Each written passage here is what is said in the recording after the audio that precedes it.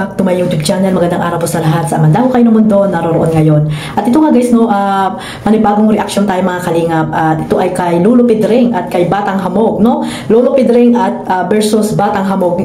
Sa mga hindi pa po nakakakilala, kay Batang Hamog ay dati po yung defender actor po ng Kalingap, no? Team Kalingap si Dindo Balyaw.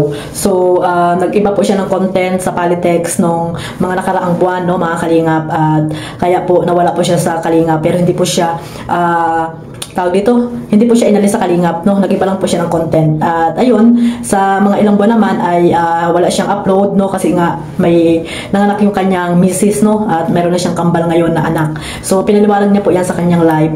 Panoorin nyo mga Kalingap, sa mga bago dyan, mga ka-Jomcar, sa mga bago po dito na hindi pa nakakilala kay Batang Hamog, ay yan po ay si Dindo Balyaw, at pakipuntahan nyo po ang kanyang YouTube channel. At ayun, no, mga Kalingap, na talagang sa pagbabalik niya ay mga anti-Kalingap ang kanyang haharapin ngayon. So magiging depende ito ni Baby Beyonce, kasi si Beyonce naman talaga yung laging nakikita nito ni Lolo Pedring, di ba mga Kalingap? At dito mga Kalingap, no, mayroon dito clip video na nakuha ako kay Batang Hamog, no, about po dito sa sinabi ni Lolo Pedring. Grabe guys mga Kalingap, napaka wala atang utak ito, no? Wala atang utak ito mga Kalingap. Pakinggan muna natin mga Kalingap yung clip video na sinasabi nito ni Lolo Pedring, mga Kalingap. Pumasok ako dito sa YouTube dahil gusto kong ipagtanggol ang sarili ko sa pambabalahura sa akin ng Kalingap.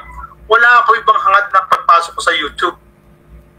Sa Beyonce. So mga Kalingap, no, si Lolo Pedring ay isa sa mga anti-Kalingap, no, matanda na pero wala pa rin pong pinagkakatandaan, no. Pumasok sa pag-YouTube dahil daw binalahura siya ng Team Kalingap.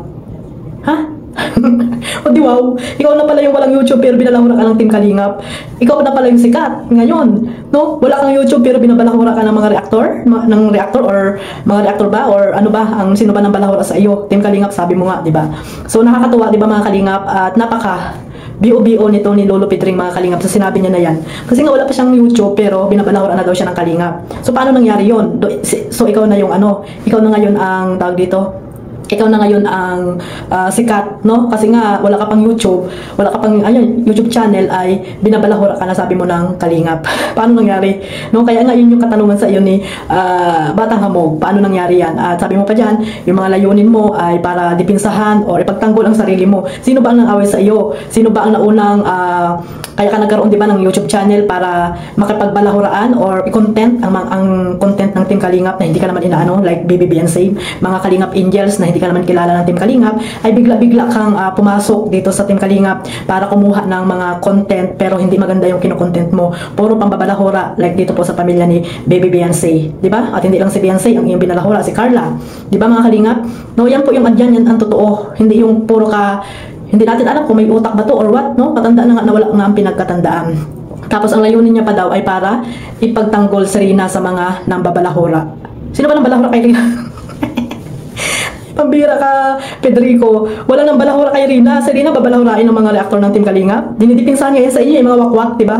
Yung mga kumuha kay Rina, sila ang binabalahura, hindi si Rina. Paano babalahurain si Rina? Wala namang isip para at saka wala namang ginawa yan sa Kalingap. Yung nanay ni Rina ang binabanatan dahil yan ang nagpawakwak sa inyo, yung mga kasamahan mo, Pedrico, no? Tsaka bago ka magsalita ng mga ganyan, dapat iniisip mo kung ano ba talaga yung bago pumasok dito sa pag-YouTube, kung ano ba talaga yung content mo. Kasi mali-mali yung mga sinasabi mo. Mali-mali yung sinasabi mo, no? At ito nga guys, no, nandito si Batang Hamog, no, para po yan, meron na siyang katapat ngayon, no, si Batang Hamog. Yan ang isa sa mga defender at reactor ng Team Kalingap, no. At ayun nga, nalaman niya din na talagang binabalahura niyan sila Beyonce, no, ang pamilya ni Baby Beyonce. Kaya ayan, tingnan natin, nakahanap po ng katapat yan si Pedring, mga Kalingap.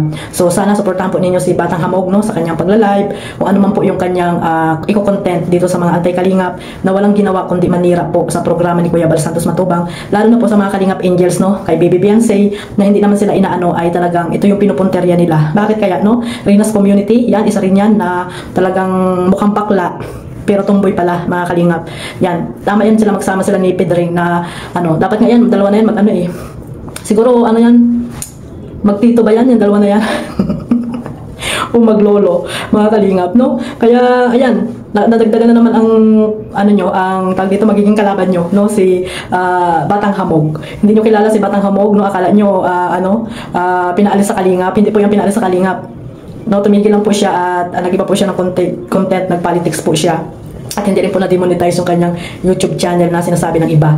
So, ayan, abangan natin mga kalingap, no? Ang iba pang mga content or live ni Batang Hamog at umalis ka, Pedring. Ayusin mo yung iyong pagko-content mo dito kay BBBNC. Kasi nga meron na namang isa na talagang anti-kalingap ang haharapin. Kayo yun, di ba? Kayo yun, mga anti-kalingap, Pedrito, Pedring. Nakakaawa naman tumatanda na to, no?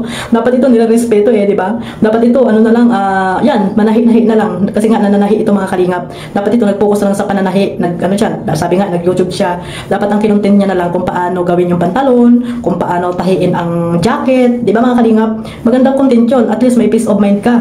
Walang nakikialam sa iyo. Walang mababalahura sa iyo. Di ba mga kalingap? Pero hindi pumasok daw siya sa kalingap, pumasok siya sa pag-YouTube para daw, nagkaroon siya ng channel para daw ipagtangkol ang kanyang sarili sa kalingap. Paano nangyari yun? Yan din yung katanungan ko sa iyo. Paano nangyari yun? No? Kaya sana masagot mo yung mga katanungan na yan ni Batang Hamog sa iyo. So, hanggang dito na lang po mga kalingap. Meron ditong clip video na sinabi din si Batang Hamog. I-play ko din po. At bago natin i-play, maraming salamat po sa lahat. At shoutout na lang po sa lahat ng mga sumusuporta po sa aking maliit na YouTube channel. At syempre sa buong team kalingap kay Kuya Bal Santos Matubang. Huwag niyo pong kalimutang suportahan para po mas marami pa silang matutulungan na nangangailangan po dyan sa Pilipinas. God bless us all. Pasok sa YouTube. Bye-bye. Logan Sebiansi, sa pamilya niya, mga palamunin. Yan ho ba ay parte ng iyong layunin kaya ka nag-YouTube?